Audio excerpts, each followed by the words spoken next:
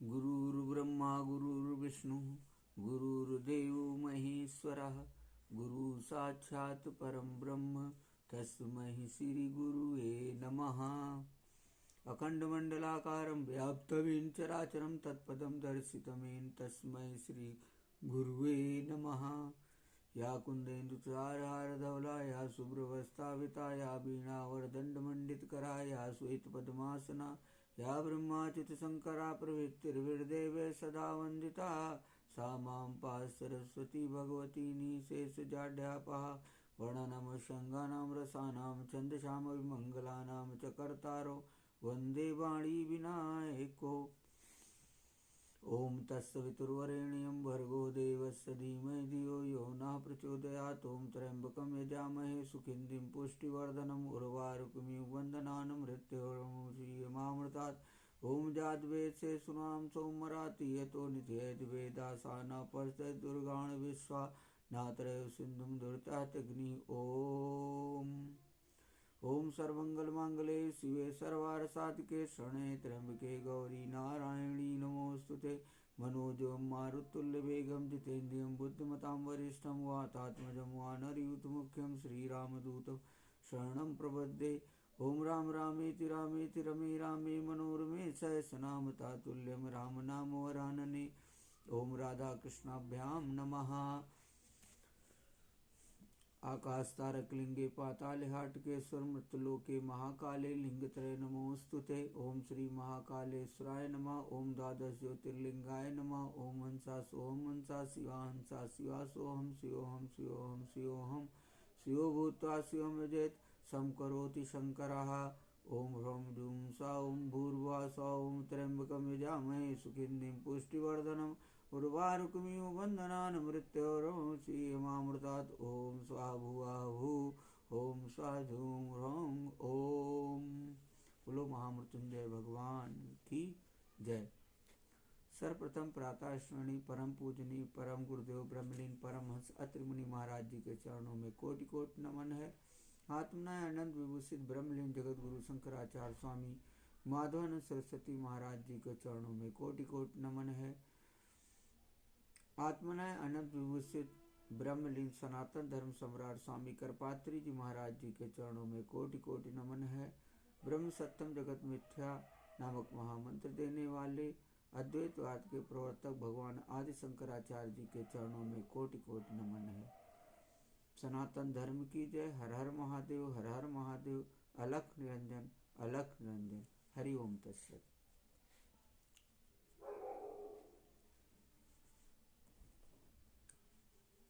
बड़ा ही पावन और पवित्र समय धीरे धीरे आ रहा है।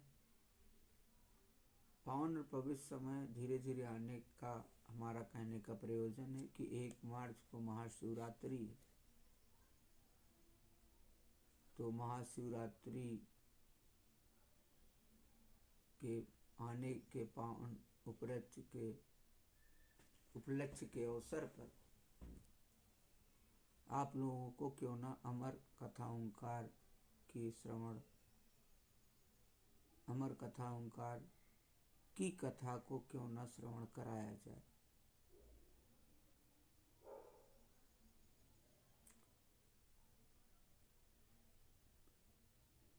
तो उसी कड़ी में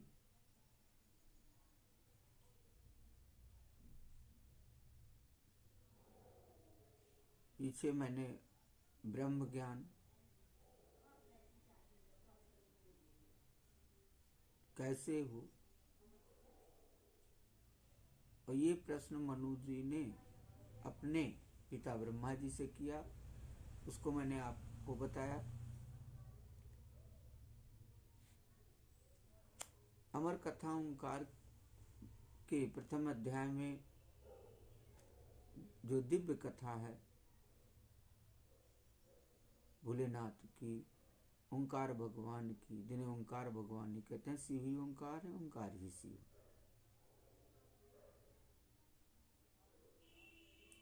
उस कथा को आप लोग श्रवण करें।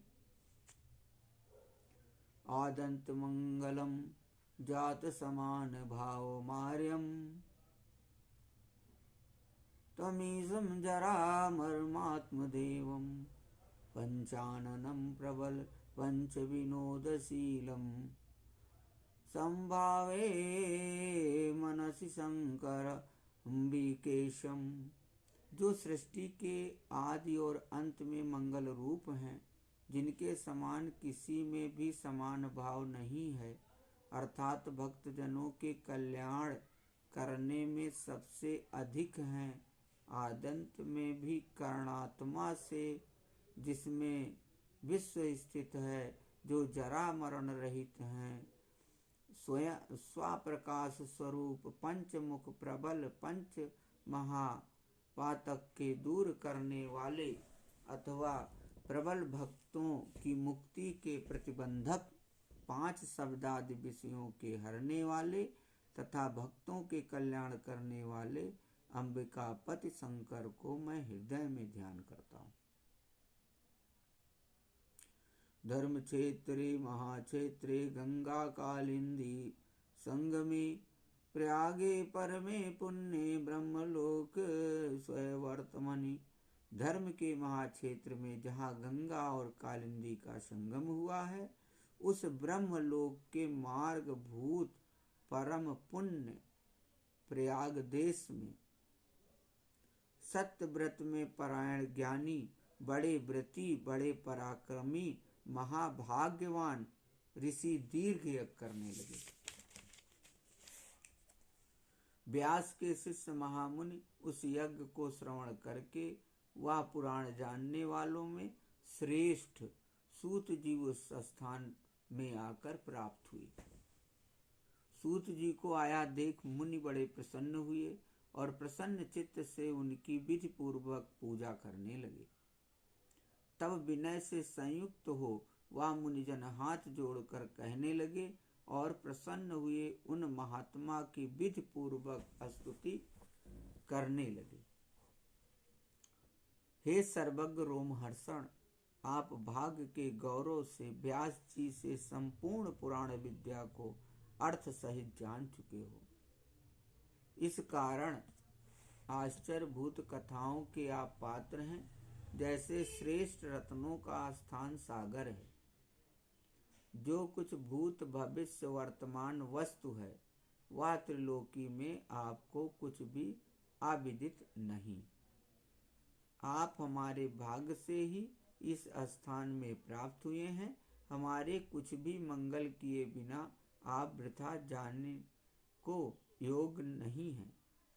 हमने पूर्व में भी आपके अनेक शुभ वार्ता श्रवण की है, सो हम तृप्ति को नहीं प्राप्त होते, बारंबार सुनने की इच्छा होती है।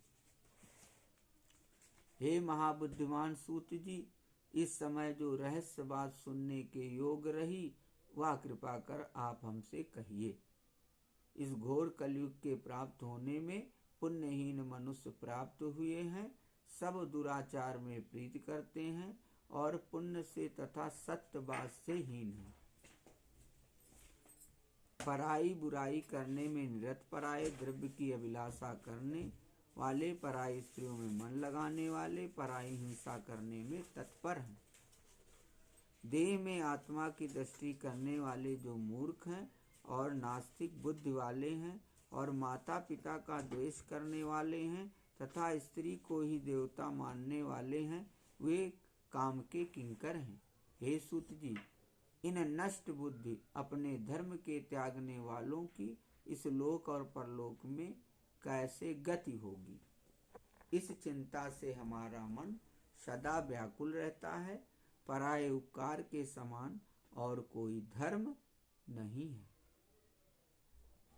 जिस छोटे उपाय से इनका पाप शीघ्र शांत हो, वह तुम कृपा कर कहो। तुम सब सिद्धांतों के जानने वाले हो। ज्ञानात्मा वाले उन मुनियों के यह वचन सुन सूत जी मन से शिव जी को स्मरण कर मुनियों से बोले। सूत जी बोले, हे महात्माओं, आपने अच्छा पूछा है, इसमें जगत का मंगल होगा।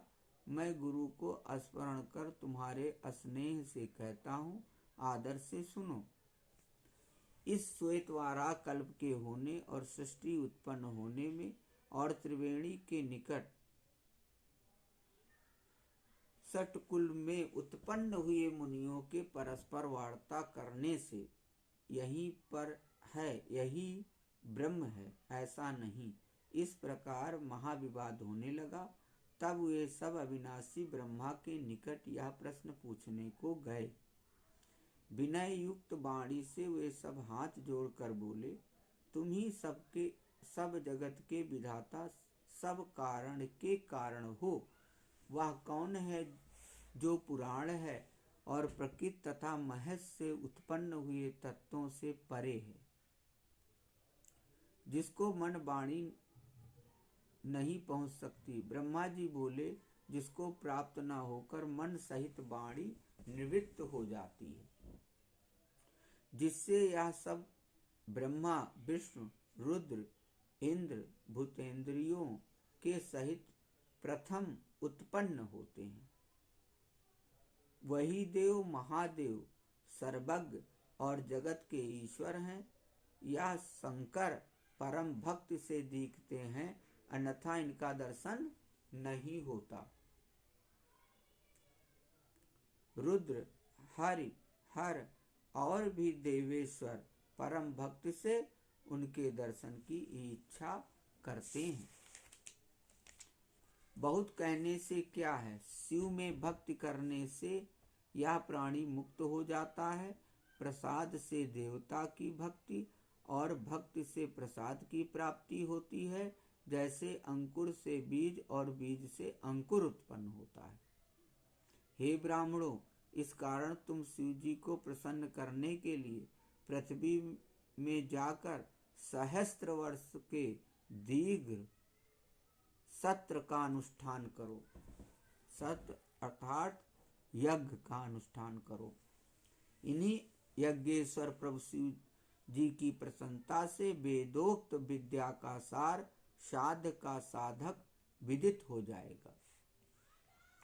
मुनि बोले, परम साध्य क्या है और उसका साधन क्या है और उसका साधन किस प्रकार का होना चाहिए, सो आप हमसे तत्व रूप वर्णन कीजिए।